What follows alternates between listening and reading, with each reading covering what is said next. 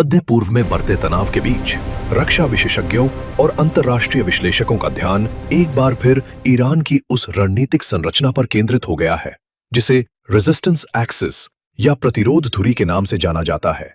विशेषज्ञों का मानना है कि ईरान ने पिछले कई दशकों में एक ऐसा सैन्य राजनीतिक नेटवर्क तैयार किया है जो उसकी भौगोलिक सीमाओं से कहीं आगे तक फैला हुआ है।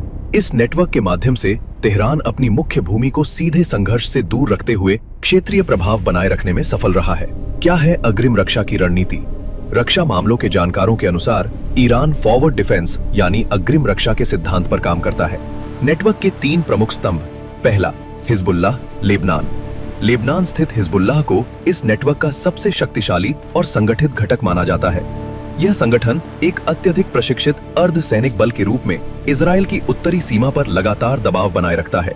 विश्लेषकों के अनुसार हिजबुल्लाह की मौजूदगी इजराइल को एक स्थायी उत्तरी मोर्चे पर उलझाए रखती है, जिससे वह अन्य मोर्चों पर अपनी पूरी ताकत नहीं झोंक पाता। दूसरा, हूती, यमन। यमन के हूती विद्रोही समूह को ईरान की इस रणनीति का एक अत्यंत महत्वपूर्ण भाग माना जा रहा है। हूती बाब अल मंडेब जल संधि पर नियंत्रण बनाए रखने की स्थिति में है। यह वही संकरा जलमार्ग है जहां से वैश्विक शिपिंग का एक बड़ा हिस्सा गुजरता है। हाल के महीनों में हूतियों द्वारा व्यापारिक जहाजों पर किए गए हमलों ने अंतर्राष्ट्रीय समुदाय में गंभीर चिंता उत्पन्न की है। तीसरा, इराक और सीरिया के मिलिशिया गुट। इराक और सीरिया में सक्रिय ईरान समर्थित मिलिशिया गुट इस नेटवर्क की तीसरी कड़ी हैं। ये गुट इन देशों में स्थित अमेरिकी सैन्य ठिकानों पर छिटपुट हमले करते रहते हैं।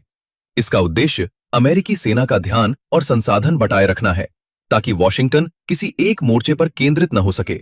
रणनीति का सार, एक साथ कई मोर्चे। वरिष्ठ रक्षा विश्लेषकों के अनुसार इस पूरे नेटवर्क की सबसे बड़ी विशेषता यह है कि यह ईरान को एक साथ कई मोर्चे खोलने की क्षमता देता है।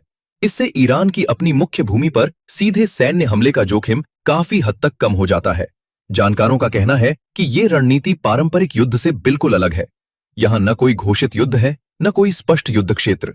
ये एक छाया युद्ध है जिसमें प्रॉक्सी लड़ते हैं, संसाधन घटते हैं और तेहरान सुरक्षित दूरी बनाए रखता है।